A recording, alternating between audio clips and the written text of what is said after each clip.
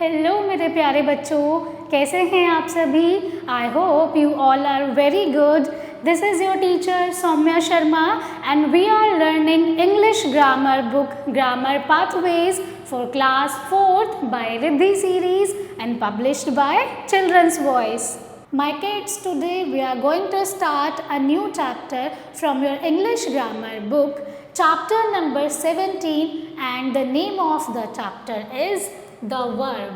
Alright, in this class बच्चों हम सीखेंगे verbs के बारे में. verb क्या होती है? verb एक doing word होता है, यानी कि वर्ब हमें क्या बताता है? What action is happening, यानी कि क्या एक्शन हो रहा है, क्या काम किया जा रहा है किसी भी सब्जेक्ट के द्वारा. Now Vinay helped his mother in the kitchen. Vinay ने किचन में अपनी मम्मा की हेल्प की. 2 and 2 makes 4. 2 और 2 कितने होते हैं? 4 होते हैं. Mother came before the children, यानी कि मम्मी चिल्ड्रन से पहले आ गई. शी गोज देयर डेली, वह वहाँ रोज जाती है. They feel sorry for their mistake, यानी कि वे अपनी गलती के लिए शर्मिंदा हैं. In these sentences all the highlighted words are verbs. जितने भी हाईलाइटेड वर्ड्स गिवन हैं वो सभी क्या हैं बच्चों? ये सभी वर्ब हैं. These verbs say something about the subject.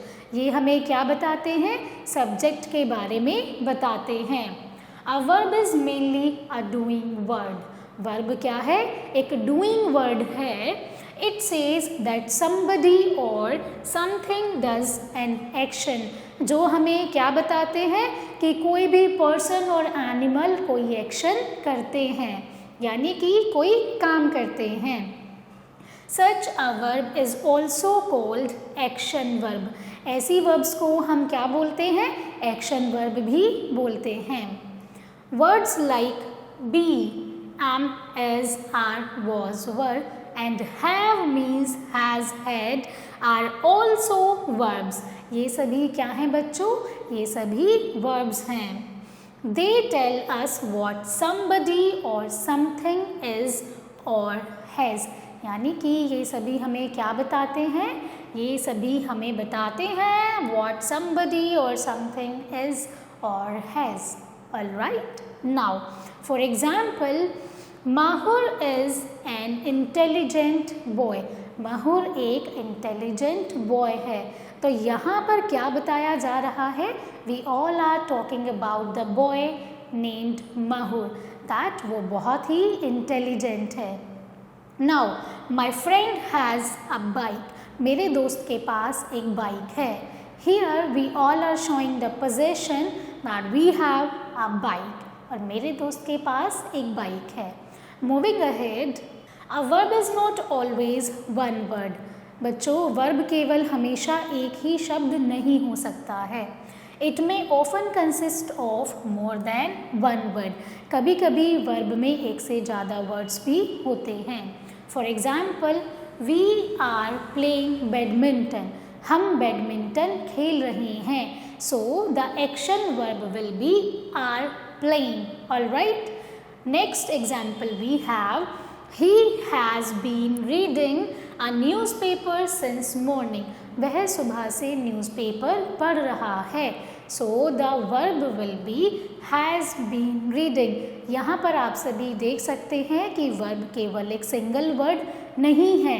It is consisting more than one or two words. I hope it is clear to you all.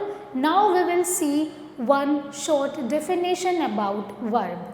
A verb is a word used to express an action. यानी कि verb किसी भी action को express करने के लिए use की जाती है. स्टेट और पोजेशन, साथ ही में स्टेट भी बताती है और पोजेशन भी शो करती है. Now, objects of the verb. We are going to learn about objects of the verb. Some verbs have objects after them. कुछ ऐसी वर्ब्स होती हैं बच्चों जिनके बाद में ऑब्जेक्ट्स होते हैं. Read the following sentences. चलिए देखते हैं. The children eat dash. This sentence is incomplete. ये सेंटेंस बच्चों इनकम्प्लीट है। You will definitely want to know what children eat, alright, यानी कि आप सभी भी जानना चाहेंगे कि बच्चों ने क्या खाया। Now the verb eat should be followed by some word to make complete sense. Verb के बाद कोई ऐसा शब्द होना चाहिए जो सेंटेंस के सेंस को कंप्लीट करता है। द चिल्ड्रन ईट केक, यानी कि हमने ईट वर्ब के बाद में एक वर्ड ऐड किया जो हमारे सेंटेंस को कंप्लीट करता है, जो एक कंप्लीट सेंस देता है हमारे सेंटेंस के बारे में। Now thus verbs need some words to make complete sense। जो verbs होती हैं उन्हें सेंटेंस के सेंस को कंप्लीट करने के लिए कुछ वर्ड्स की नीड होती है। Now words that are added to the verbs to make complete sense are called objects। ऐसे शब्द बच्चों जिन्हें हम वर्ब के बाद में ऐड करते हैं अपने सेंटेंस के सेंस को कंप्लीट करने के लिए, ऐसे शब्द को हम ऑब्जेक्ट कहते हैं। Alright, now in the above sentence what do the children eat, बच्चों ने क्या खाया था? डैश फ्रूट, आप सभी बताएंगे, लेकिन पहले सेंटेंस में हमने देखा था बच्चों ने केक खाया था। So you all can write cake here, okay. Therefore fruit is the object of the verb eat। Cake fruit यहाँ पर क्या है? आप या तो किसी भी पर्टिकुलर फ्रूट का नेम यहाँ पर लिख सकते हैं या फिर इन द अबव सेंटेंस वहाँ पर जो गिवन था केक वो भी आप मेंशन कर सकते हैं। बट एज ऑफ नाउ इस सेंटेंस के अकॉर्डिंग आप किसी स्पेसिफिक फ्रूट का नेम लिखिए, यानी कि बनाना, ठीक है। तो वर्ब के बाद में बच्चों जो भी शब्द हम यूज़ करते हैं जो हमारे सेंटेंस के सेंस को कंप्लीट करता है उसे हम ऑब्जेक्ट कहते हैं। Now kinds of verbs, now we are going to learn about how many different kinds of verbs are there. First we will understand few examples. The boy ate a banana, boy ने एक बनाना खाया। The teacher laughed, teacher हंसी। In the first sentence the verb ate which requires an object to complete its sense is called a transitive verb। यानी कि जिस sentence को अपना sense complete करने के लिए एक ऑब्जेक्ट की नीड होती है ऐसी वर्ब्स को हम क्या बोलते हैं? ट्रांजिटिव वर्ब्स बोलते हैं। I hope students it is clear to you all what is a transitive verbs। ऐसी verbs जिन्हें सेंटेंस को कंप्लीट करने के लिए अपने बाद एक शब्द की रिक्वायरमेंट होती है, वो शब्द होता है ऑब्जेक्ट, उन्हें हम क्या बोलते हैं? ट्रांजिटिव वर्ब्स बोलते हैं। Moving ahead, in the second sentence the verb laughed does not require any object to complete sense by itself, all right।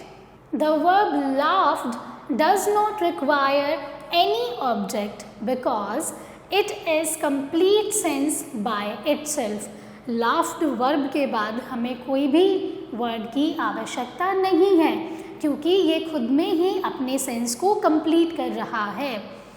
Such a verb is called an intransitive verb। ऐसी verbs को हम क्या बोलते हैं? intransitive verb बोलते हैं, जिन्हें अपने बाद किसी भी दूसरे वर्ड की रिक्वायरमेंट नहीं होती है सेंटेंस के सेंस को कंप्लीट करने के लिए। ऐसी verbs intransitive verbs होती हैं। Now, therefore, it is clear that a transitive verb requires an object to make a complete sense. On the other hand, an intransitive verbs does not require any object to make a complete sense. I hope students it is clear to you all. Now, few transitive and intransitive verbs examples are given. He caught the ball। Some creatures swim, यानी कि कुछ creatures तैरते हैं। She opened the door, उसने दरवाज़ा खोला। The sick man cried, जो sick man है वो रोया। तो यहाँ पर आप देखेंगे कि वर्ब के बाद में एक ऑब्जेक्ट गिवन है, but on the right hand side आप देखेंगे कि जो वर्ब है वो खुद में ही एक कंप्लीट सेंस दे रही है। All right, I hope students this chapter is clear to you all what is a verb, what are the different kinds of verb. Now we will move to the exercise part of this chapter. Fill in the blanks using an object. यानी कि यहाँ पर आपको correct object fill करने हैं। The doctor treated the patients. Doctor किसको treat करते हैं? पेशेंट्स को ही तो ट्रीट करते हैं। All right, my father read a newspaper, और you all can say my father read a book. आप यहाँ पर कोई भी सुटेबल ऑब्जेक्ट को फिल कर सकते हैं। द मिस्चीवियस गर्ल ब्रोक अ वास। The cow gives milk. Cow क्या देती है बच्चों? काउ हमें मिल्क देती है। आई रोट अ लेटर, यानी कि मैंने एक पत्र लिखा। The soldiers killed the enemies. Soldiers किन्हें मारते हैं?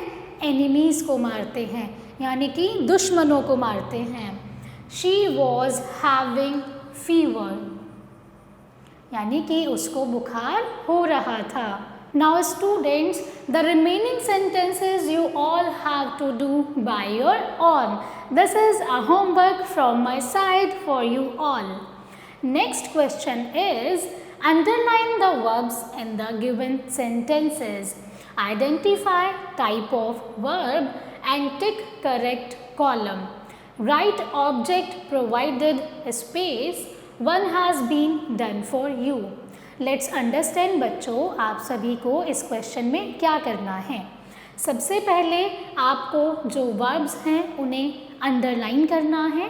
उसके बाद में वर्ब को आइडेंटिफाई करना है, which kind of the verb is given. और उसके बाद आपको क्या करना है? Right object in the provided space. साथ ही में जो स्पेस गिवन है यहाँ पर आपको ऑब्जेक्ट भी लिखना है। Let's do together. My sister is making tea. So the verb in this sentence is making and the object is tea. All right. We have he cleaned the floor. उसने floor साफ किया. So the verb will be cleaned here and the floor will be the object. तो आप सभी को क्या करना है? इस given space में आप object लिखेंगे the floor. Then आप सभी बताएंगे कि ये कौन सी वर्ब है। बच्चों, ये एक ट्रांजिटिव वर्ब है। ऑल राइट, बिकॉज यहाँ पर वर्ब के बाद में एक ऑब्जेक्ट भी यूज किया गया है। Next we have kids run across the field. So RAN run will be the verb and the field will be the object here and this will be a transitive verb. The bus stopped suddenly. So stopped will be the verb here and this will be a intransitive verb. All right, because the verb is completing its sense itself. It is not required any object here to complete its sense. Now my kids, the remaining sentences you all have to do by your own. That's all for today's class. I hope my dear kids you all have enjoyed. Thank you so much for watching and learning with me. I will see you all in the next class.